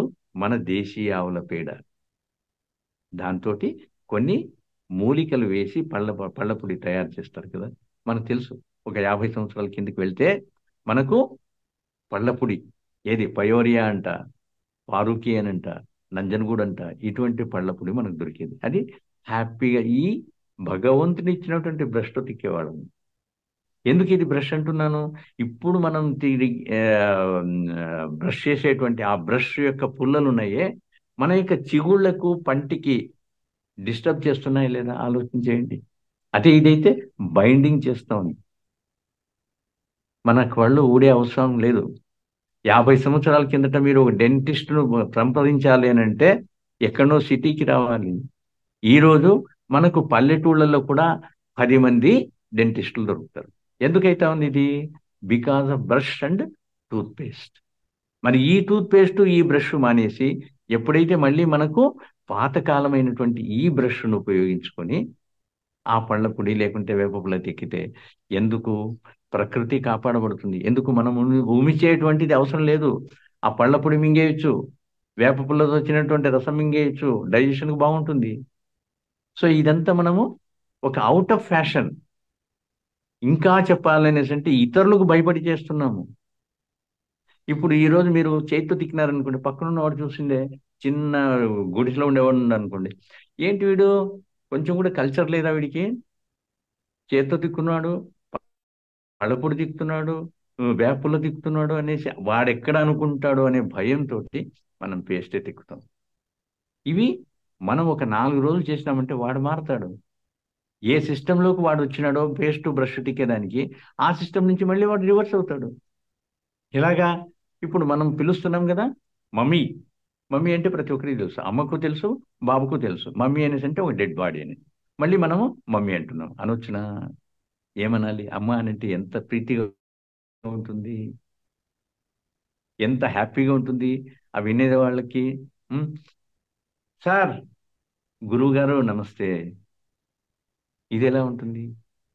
థ్యాంక్స్ బదులు ధన్యవాదాలు అని అంటే ఎలా ఉంటుంది? సారీ బదులు క్షమించు అని అంటే ఎలా ఉంటుంది? ఇంకోటి, ఒక బస్సులో వెళ్తున్నాం, వాళ్ళు ఎవరు అడ్డం ఉన్నారు, స్టైల్గా ఎక్స్క్యూజ్ మీ. అడ్డం ఉండేది ఎవడు? వాడు. మనం వాళ్ళని క్షమించమని అడగాలనా? అవసరం ఉందా? ఒకరు చేశారనేసి మనం అడగండి ప్లీజ్, దయచేసి. కానీ ఎక్స్క్యూజ్ మీ, ఏం తప్పు చేసినావని నువ్వు ఎక్స్క్యూజ్ మీ అని అడగాలి అడ్డం ఉన్నవాడిని? మీకు కావాలి సీటు, ఎక్స్క్యూజ్ మీ నేను కూర్చోవాలని, దయచేసి ప్లీజ్ అనొచ్చు కదా. దాడి ఏం గడ్డమా ఇది? నాన్న అంటే ఎలా ఉంటుంది? గురువు గారికి ఇట్లా నమస్కారం చేస్తే ఎలా ఉంటుంది? వాడికి ఇమ్మీడియట్‌గా ఆ గురువుకు వీడికి ఏదో చేయాలనేటువంటి భావన వాడిలో కలిగించగలము. ఇది మన సాంప్రదాయము. ఈ సాంప్రదాయాన్ని ఎందుకు వదిలేస్తున్నాము? ఏదో తెలిసి తెలియనటువంటిది ఇంకొకరిని ఫాలో అయ్యేది. మనము ఇంకోరికి ఫాలో చేసేటువంటి విధంగా మనం తయారవ్వాలి మాస్టర్స్. అప్పుడు ఆరోగ్యం ఉంటుంది, ఆనందము ఉంటుంది. మరి మనకి ఏం కావాలో అన్నీ మనకు ప్రకృతి మాత అందిస్తూ ఉంటుంది. ఇప్పుడు దీనిలోకెళ్తాం. ఒక ఉదాహరణ చెప్తాను ఈ వేస్టేజ్ గురించి. మేము అమర్నాథ్ యాత్రకు వెళ్ళినప్పుడు కింద బేస్ క్యాంప్ ఉంటుంది. బల్టాల్ అనేసి. అక్కడ అందరూ షామియానాలు వేసేసి ప్రతి స్టేట్ వాళ్ళు ఆహారాన్ని ఉచితంగా అందజేస్తూ ఉంటారనమాట. ఎలా రిక్వెస్ట్ చేస్తారు? బాబూజీ హమారా ప్రసాద్ లేదు. అయ్యగారు మా ప్రసాదం తీసుకోండి అని రిక్వెస్ట్ చేసి లోపలికి పిలుచుకుని పోయేవాడు. మనకు మన స్థితి ఎలా ఉంటుంది? ఆంధ్రప్రదేశ్‌ది, కర్ణాటకది వెళ్ళం. ఎందుకు? మనం ఇక్కడ తిని తిని అలవాటైపోయింది కదా! కొత్తగా టేస్ట్ చూస్తామని బెంగాలీ దానిలోకి వెళ్ళామండి. బెంగాల్ వాళ్ళు చేసినటువంటి ఆ షామెన్‌లోకి వెళ్ళాం. పదార్థాలు వడ్డించారు. బఫే సిస్టమే కదా! మరి ఏదో తిన్నాము. బెంగాలీ పదార్థం మనకు అలవాటు లేదు. మరేం చేస్తాము? ఆ మిగిలినదంతా తీసుకొని పోయి డస్ట్‌బిన్‌లో వేస్తాం. ఆ డస్ట్‌బిన్ దగ్గర ఉంటారు. బాబూజీ యే ప్రసాద్ హై. యే పూరా ఖా లేనా. ఇది పూర్తిగా తినాలి. మీరు ఇలా వదిలేయడానికి లేదు. ఇంకో డస్ట్‌బిన్ వెతుకుతాం. అక్కడ ఉంటాడు. ఎక్కడ వదలరు. బలవంతంగా తినేసి ఆ రోజు ముగించుకొని వస్తాం. మరుసటి రోజు వెళ్తే ఎలా ఉంటాం మనము? ఏ పదార్థం కావాలో, ఏది మనం తినగలమో అది మాత్రమే వడ్డించుకుంటాం. ఆ స్థితి పర్మనెంట్‌గా మన లైఫ్ అంతా ఏర్పడాలి. ఈరోజు ఫంక్షన్స్ ఉన్నాయి.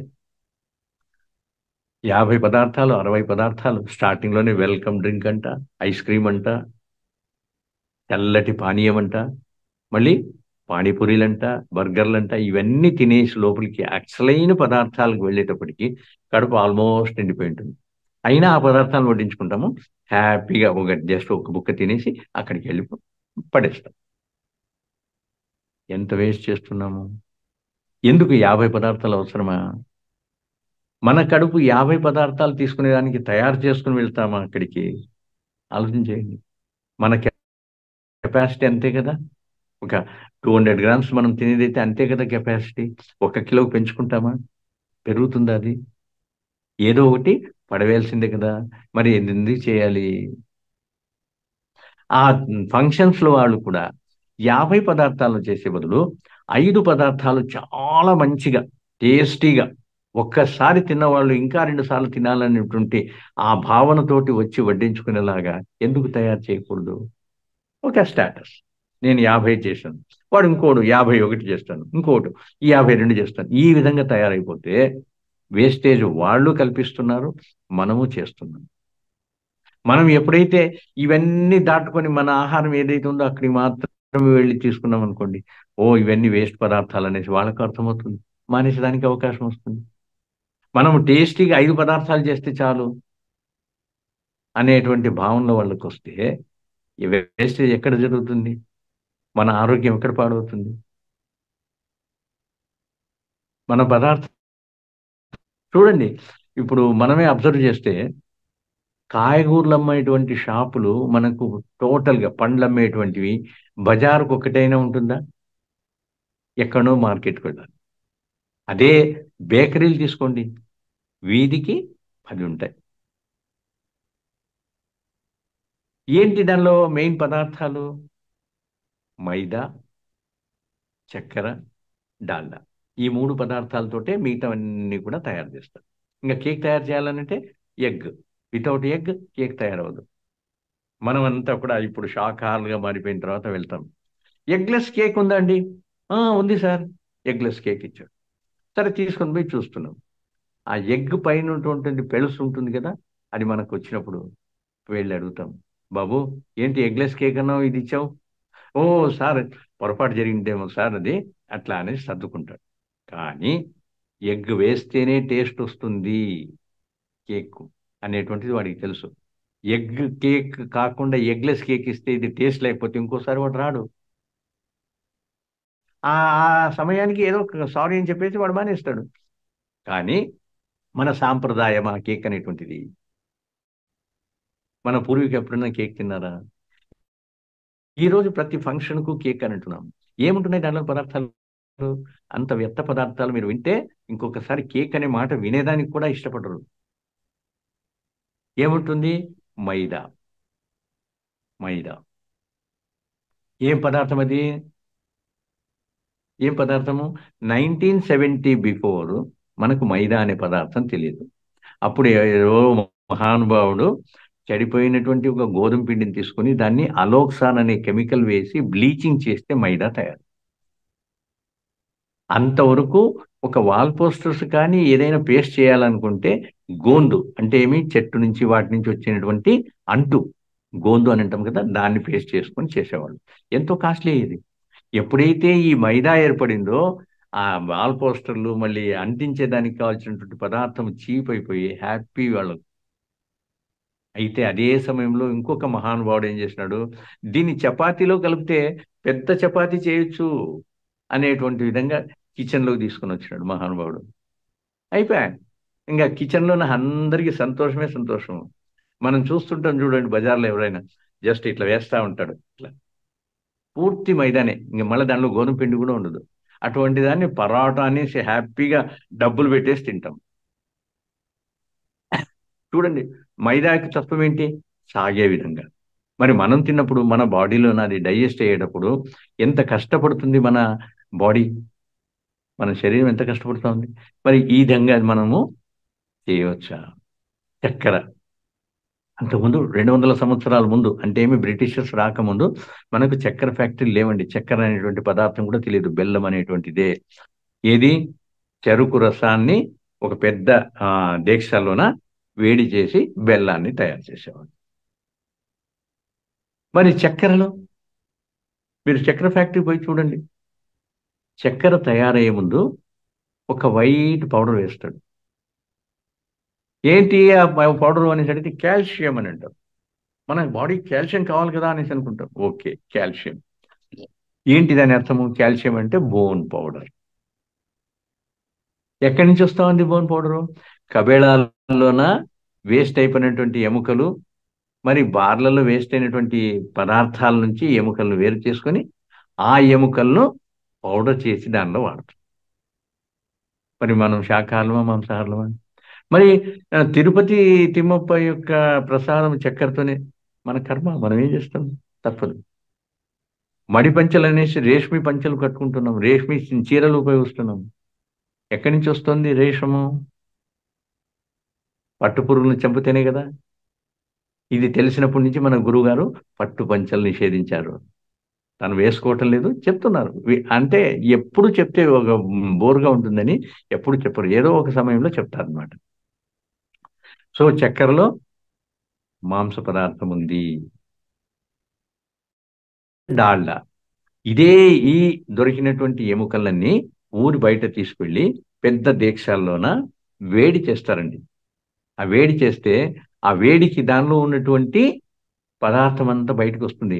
ఏది? ఆయిల్ మాదిరిగా తేలుతుంది చెట్టు.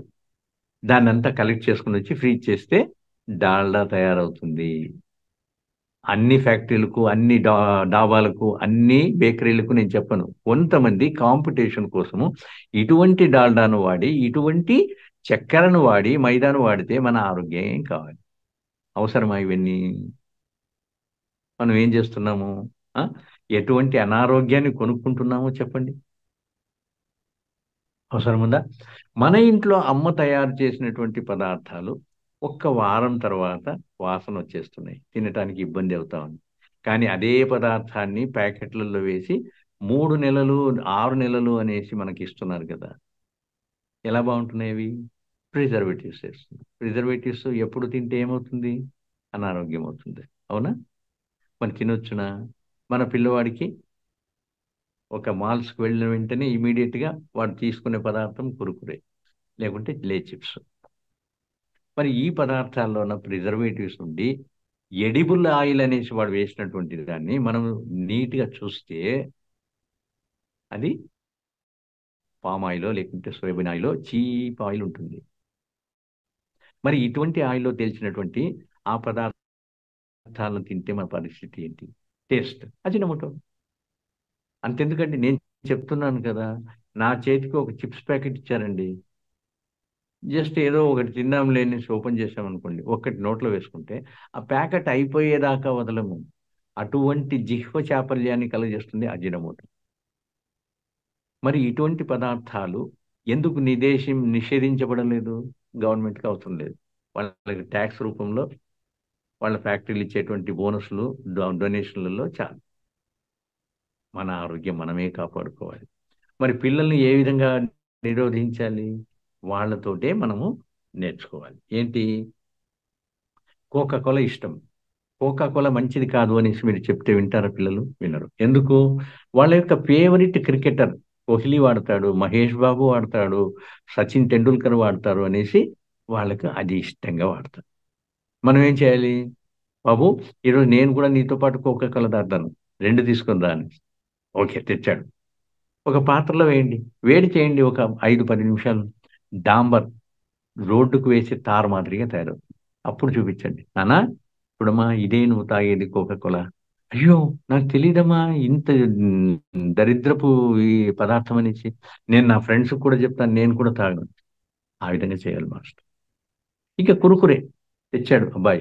ఓకే, ఓపెన్ చేయండి. ఓపెన్ చేసి ఒక అగ్గిపుల్ల గీసి దాన్ని వెలిగించండి. ఒక పీస్ తీసుకొని. లాస్ట్ వరకు బాగా బండి తర్వాత మిగిలిపోతుంది. అది ప్లాస్టిక్. నాన్న, ఇది ప్లాస్టిక్ అమ్మా, ఇది తింటే ఏమవుతుందో చూడు అని. అవునమ్మా, కరెక్టే, నేను మానేస్తా. సో ఈ విధంగా మానిపించాలి మాస్టర్. ఇప్పుడు ఎవరైనా మన యంగ్ పిల్లలంతా కూడా క్యాడ్బరీస్ చాక్లెట్ ఇంకా అడ్వర్టైజ్మెంట్ చూపిస్తుంటారు కదా, ఆ నాలుక జారుకొని ఇవన్నీ ఏవైతే మనం అసహ్యం అనుకున్నవాళ్ళో ఈ రోజు అదే మనకు ఒక పెద్ద గైడెన్స్ అయిపోయింది అనమాట. చాక్లెట్ దేంతో తయారవుతుంది? క్యాడ్బరీస్, క్యాడ్బరీ బీన్స్‌తో. అవునా? ఆ బీన్స్, చాక్లెట్ బీన్స్ కలెక్ట్ చేసిన తర్వాత దాన్ని ఫెర్మెంటేషన్ చేయాలి. అంటే పులియబెట్టాలన్నమాట. మనం చూస్తూ ఉంటాము. దేన్లలో ఫ్యాక్టరీస్ అన్నీ మనకొస్తాయి. ఫుడ్ ప్రాసెసింగ్ అనేసి మనకు యూట్యూబ్‌లోకి వెళ్తే చాక్లేట్ తయారు చేసేది కూడా చూపిస్తాడు. కానీ ఆ విధంగా ఫ్యాక్టరీస్‌లో తయారైనటువంటి ఆ క్వాంటిటీ ఈ ప్రపంచమంతటా సర్వ్ చేయటానికి వీలు పడదు. అందుకని వాళ్ళు చాక్లేట్ ముద్దను తయారు చేసుకుంటారు. ఏ విధంగా? ఒక చిన్న గుంత తవ్వేసి దానిలోన ఒక పాత్ర పెట్టేసి దానిలోనే వేడి చేస్తారు. ఎలక్ట్రిసిటీ తోటో దేనితోటో వేడి చేస్తారు. ఆ ఫర్మెంటేషన్ జరిగేటప్పుడు అలాగే ఉంచిన తర్వాత చిన్న చిన్న బొద్దింకలు, చిన్న చిన్న బ్యాక్టీరియా అవి వెళ్ళి దాంట్లో పడిపోతాయి. ఇంక అది స్టిక్కీ నేచర్ ఉంటుంది గదా! స్టిక్కీ నేచర్‌లోని బయటికి రాలేవు. చచ్చిపోతున్నాయి. అది గమనించి ఆ ఫ్యాక్టరీ వాళ్ళు food and drugs administration FDA వాళ్ళు, యూఎస్ఏ వాళ్ళు అప్రూవ్ చేస్తే ప్రపంచమంతటా ఎక్కడైనా అమ్ముకోవచ్చు. వాళ్ళ దగ్గరికి తీసుకొని పోయి శాంపిల్ చూపించాను. దీనిలో ఈ విధంగా జరుగుతోంది. మరి మేము వాడొచ్చునా ఇది అని. వాళ్ళు టెస్ట్ చేసి 4% మాత్రమే ఉంది ఈ బ్యాక్టీరియా, ఈ కాక్రోచెస్, మీరు అమ్ముకోవచ్చు అని. మరి మనం తినేటువంటి ఒక క్యాడ్బరీలో కనీసం ఒక్క కాక్రోచ్ అన్నా ఉండదా? ఒక బ్యాక్టీరియా అన్నా ఉండదా? మరి ఇది తినే పదార్థమా? ఆలోచన చేయండి. సో, ఈ విషయాన్ని మీరు మన పిల్లలకు తెలియచేస్తే, నెమ్మదిగా చెప్తే, వాళ్ళకి ఇంకేదో ఆశ చూపించేసి, నీకు పిక్చర్ చూపిస్తాను. నీకు అక్కడికి తీసుకెళ్తాను. నీకు ఇది చేస్తాననేసి ఒక ఆశ చూపించి, ఈ పదార్థాలను మానిపించేస్తే ఎంత బావుంటుంది. సో, మన జీవన విధానాన్ని మనమే నిర్ణయించుకోవాలి. ఎవ్వరు మనకు గురువుగారు చెప్పినట్టు ఎవరి దీపం వాళ్ళే వెలిగించుకోవాలి. ఎవరిని వాళ్ళే ఉద్ధరించుకోవాలి అన్నట్టు ఈ ఆహార విషయాలు, మన ఆరోగ్య విషయాల్లో కూడా ఎవరికి వాళ్ళే ఏదో ఏదో మనకు ఫ్రెండ్ వచ్చి చెప్తాడు, గురువు వచ్చి చెప్తాడు, మరి గవర్నమెంట్ చెప్తుంది, ఇవన్నీ వద్దు. మనంతట మనం ఈ ఆహార పదార్థం మనం తీసుకోవచ్చా? ఇది తినొచ్చా? ఇది ఈ విధంగా ప్రిజర్వ్ చేయవచ్చా? అనేటువంటి జ్ఞానంతోటి మనం ఆరోగ్యాన్ని పర్చేజ్ చేసుకోవాలి. అనారోగ్యాన్ని కాదు. ఓకే. నాకిచ్చినటువంటి సమయాన్ని నేను మీకు తెలిసినంత వరకు చెప్పాను. ఫాలో అయ్యేంత వరకు మీ ఇష్టము, మీ వర్గం. ఓకే. Thank you. ధన్యవాదాలు. అద్భుతం సార్. ఇంతవరకు మనం ఎవరికైనా జీవిస్తా ఉండేది జీవితం కాదు అని అర్థమైపోయింది. క్లియర్‌గా అర్థమైపోయింది. ఎవరికైనా డౌట్స్ ఉంటే మనం జీవిస్తాము ఎవరికైనా డౌట్స్ ఉంటే సరైన దయచేసి జీవితం అడగొచ్చు. కాదు. నాకు చాలా తెలిసినంత వరకు అద్భుతంగా చెప్తాను. చెప్పారు. ఎన్ని విషయాలు ఒక్కటి కూడా సరి అయిన అవగాహనతో సరిగ్గా చేస్తాను అనేది ఏది లేదు. క్లియర్ కట్ గా తెలిసిపోయింది సార్. ఎన్ని మార్చుకోవాలో థ్యాంక్ ఏమో. యూ. ఇంకా ఇంకా డౌట్స్ చాలా ఉందమ్మా. అడగండి 1 అవరే టైం చక్కగా. ఉంది కదా. 1 అవరే టైం ఉంది కాబట్టి ఇన్నే చెప్పాను. ఇంకా చాలా ఉన్నాయి మనం అవును సార్. మార్చుకోవాల్సినటువంటివి ఈ మన 1 అవర్ జీవన లోనే విధానాన్ని. ఏది మనం సరిగ్గా చేస్తాము అని చూసుకుంటే తిరిగి చూస్తే ఏం ఉండదు. జీరో. అంతే. వెనకటి తరం ఎవరైనా వచ్చేయాలి సార్. క్వశ్చన్స్ ఉంటే వెనకట్లాగా ఎవరైనా క్వశ్చన్ లైఫ్ అంతా చేంజ్ అయిపోవాలి. అవునమ్మా. ఎవరైనా క్వశ్చన్స్ ఉంటే అడగొచ్చు. క్వశ్చన్స్ నాకు ఉంటే తెలిసినంత అడగండి. వరకు చెప్తాను. మనకు డౌట్స్ ఉంటే క్లియర్ చేసుకుందాం. చక్కగా అడగండి సార్. చాలా బాగా చెప్పారు మాస్టారు. ధన్యవాదాలు. థ్యాంక్ యూ అమ్మా. ఆ, అంటే ఇప్పుడు ఈ టెక్నాలజీ పెరిగే కొద్దీ మంచి అలవాట్లన్నీ పోతున్నాయి మాస్టర్. పూర్వం అలవాట్లే మంచిగా ఉన్నాయి. మీరు కరెక్ట్ గా 100% కరెక్ట్ గా చెప్పారు. అది ఫాలో అయితే ఏ బయటి రోగాలు రావు. వాళ్ళు ఎలా ఉన్నా అట్లీస్ట్ మనము ధ్యానం చేసేటువంటి మాస్టర్స్ అయినా కొంచెం ఉమ్, మారితే మనం ఉమ్. ఇంకొకరికి దారి చూపించిన వాళ్ళం అవుతాం.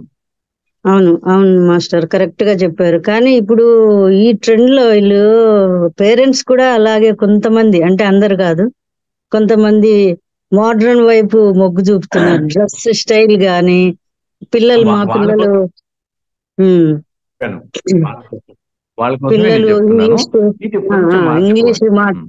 అవును ఇంగ్లీష్ మాట్లాడితే గొప్ప అని వీళ్ళే ఫీల్ అయిపోతున్నారు. ఇంకా వీళ్ళు ఏం గొప్ప అని చెప్తారు ఉంటుంది. పిల్లలకి ఈ స్టైల్, లైఫ్ స్టైల్.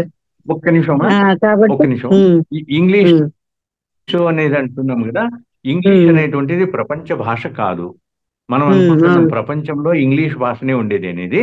కానీ ప్రపంచ భాష కాదు. ఏదో ఒక 12 లేక 20 మ్యాక్సిమం కంట్రీస్ లో ఉపయోగిస్తారు. ఇంకపోతే మనకు తెలిసినటువంటి విజ్ఞానవంతులు చెప్పేది ఏంటంటే ఇంగ్లీష్ లో మాట్లాడినప్పుడు మన యొక్క బ్రెయిన్ యాజ్ ఇట్ ఈజ్ గా రిసీవ్ చేసుకోదు.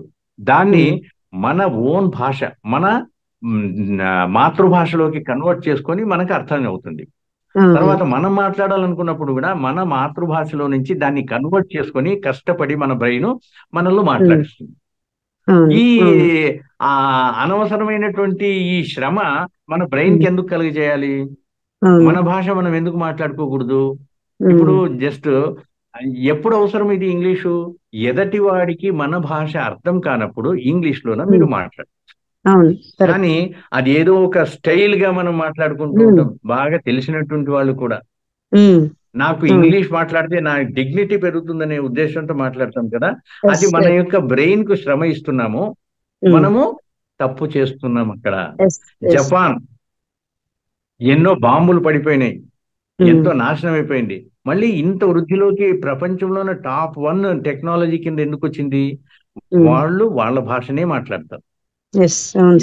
ఎప్పటికి కూడా ఇంగ్లీష్ మాట్లాడరు. మీరు జపాన్ వెళ్తే వాళ్ళ భాషలోనే. మనకు ఒక ట్రాన్స్లేటర్ ఉండాలి అక్కడికి వెళ్తే.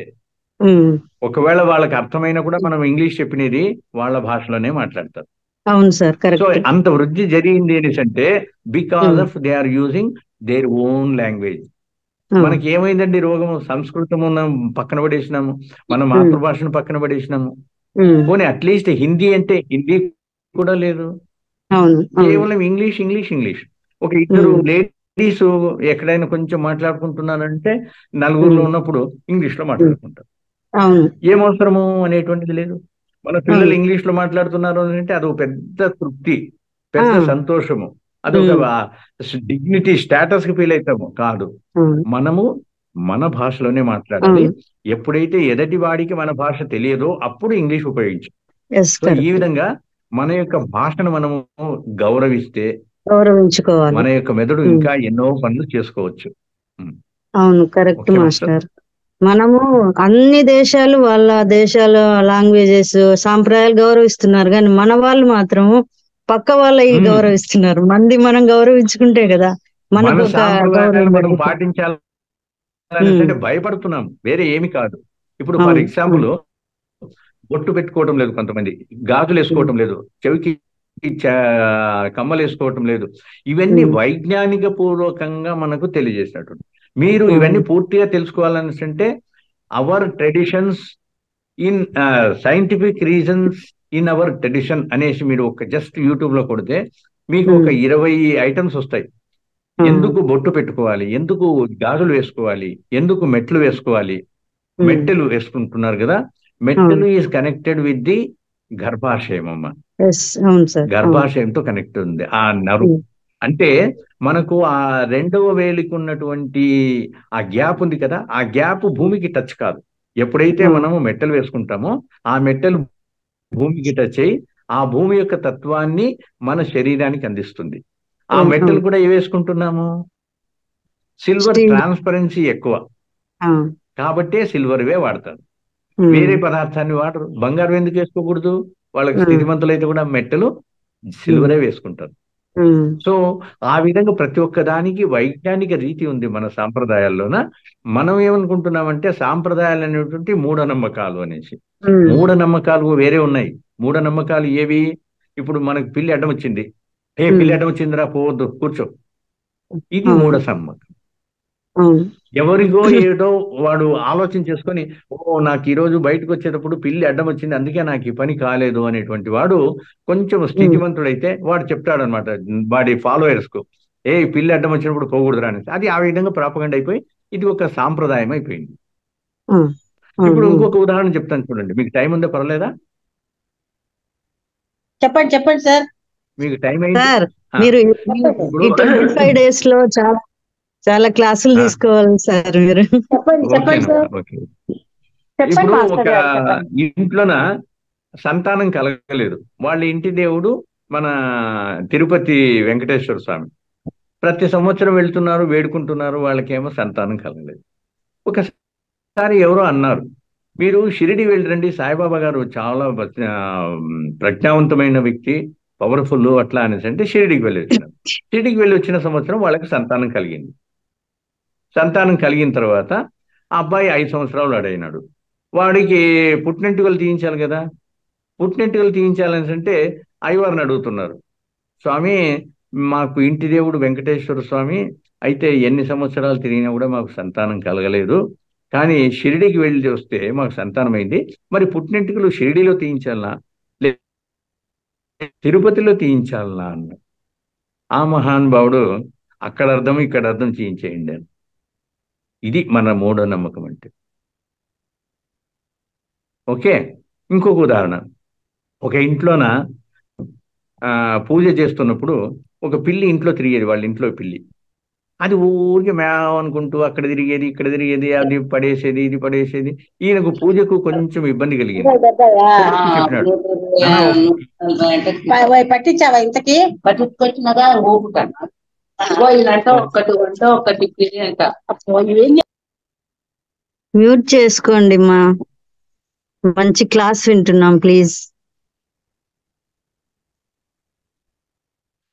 ఆ యజమాని చెప్పాడు కొడుకు, నాన్న ఒకటి బుట్టి ఉంటే తీసుకొని రారా అన్నాడు. సరే బుట్టి తెచ్చాడు వాడు. ఆ పిల్లిని ఆ బుట్టి పైన పెట్టేసి తన పూజ తను చేసుకున్నాడు, దాని డిస్టర్బెన్స్ లేకుండా. సరే ఒక 10 సంవత్సరాలు ఇలా జరిగింది. ఆయన కాలం అయిపోయినాడు. కొడుకు మళ్ళీ ఇంకా పూజ చేసుకోవాలి కదా, నాన్న లేడు, పూజా రూమ్లోనూ పూజ ఉండి లేకుంటే ఎలాగా, కాబట్టి పూజ చేస్తున్నాడు. మరి పూజ చేసేటప్పుడు ఈ పిల్లి బుట్ట ఉంది కదా, వాళ్ళ ఇంట్లో అప్పుడు ఈ పిల్లి చనిపోయింది. మళ్ళీ వేరే దగ్గరికి వెళ్ళి పిల్లిని కొనుక్కొని వచ్చి ఆ బుట్ట కొనుక్కొని వచ్చి తను కూర్చున్న దగ్గర ఆ పిల్లిని పెట్టి దాని పైన బుట్ట పెట్టి తను పూజ సాగించినాడు అనమాట. ఇది ఏమంటాం మనము, సాంప్రదాయం అంటామా మూఢనమ్మకం అంటామా? మూఢనమ్మకం అంటాం. సో ఈ విధంగా సాంప్రదాయాలు వేరు, మూఢనమ్మకాలు వేరు. ఇంకొక ఉదాహరణ, ఒక బల్లి ఈ ఎడమ చేతి మీద ఇక్కడ పడింది. ఇమీడియట్ గా ఫోన్ చేసినాడు ఎవరికి, పురోహితులకు, స్వామి నాకు ఎడమ చెయ్యి ఈ మణికట్టు ప్రాంతం దగ్గర బల్లి పడింది, మరి దీనికి దోషమా లేకుంటే ఏం చేయాలి అనేసి అంటే, అసలు మొదట ఆ బల్లి ఆడదా మగదా తెలుసుకుని రా నాన్న అన్నాడు. అంత తెలివిగా ఆ మహానుభావుడు ఆన్సర్ ఇచ్చాడనమాట. సో ఇటువంటివన్నీ అది తాత్కాలికమమ్మా, అది జరగవచ్చు, దానికి ఏముంది.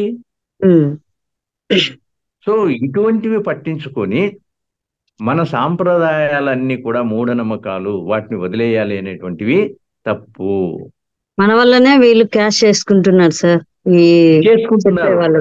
ఉమ్, ఉమ్, ఇప్పుడు మనము జాతకం అంటాము, ఇవి అంటాము, ఇవన్నింటినీ చూపించుకొని పెళ్లి జరుగుతోంది, డైవర్స్ కావడం లేదా?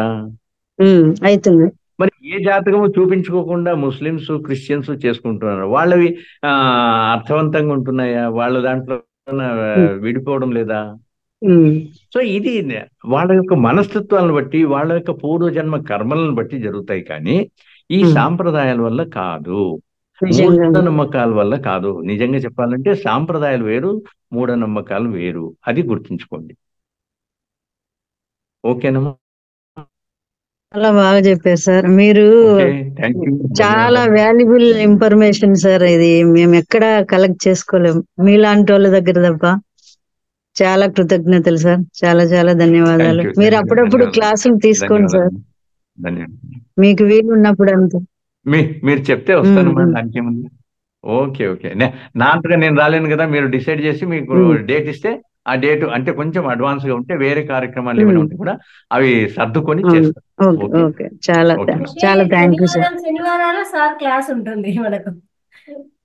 Thank you. ఓకేనమ్మా, మీరు అడ్వాన్స్ చెప్తే నేను అడ్జస్ట్ చేసుకుంటాను. Okay sir. నెక్స్ట్ ఎవరైనా ఉన్నాయా? ఏదైనా డౌట్స్ మనకు క్లియర్ చేసుకోండి చక్కగా.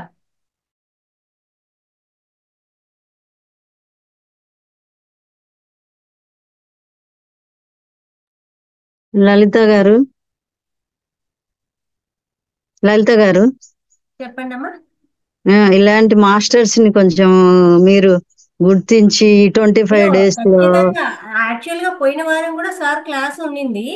ఏంటంటే సార్ కొంచెం బిజీగా ఉండి ఆ రోజు క్లాస్ కు మనం తీసుకోలేక, ప్రతి క్లాస్ ముందే మీరు కొంచెం సార్ వీలుని బట్టి ఒక 3-4 క్లాసెస్ లిస్ట్ లో చూసుకోండి. శనివారం మనం పంపించిన లిస్ట్ లో సార్ క్లాస్ అన్నమాట.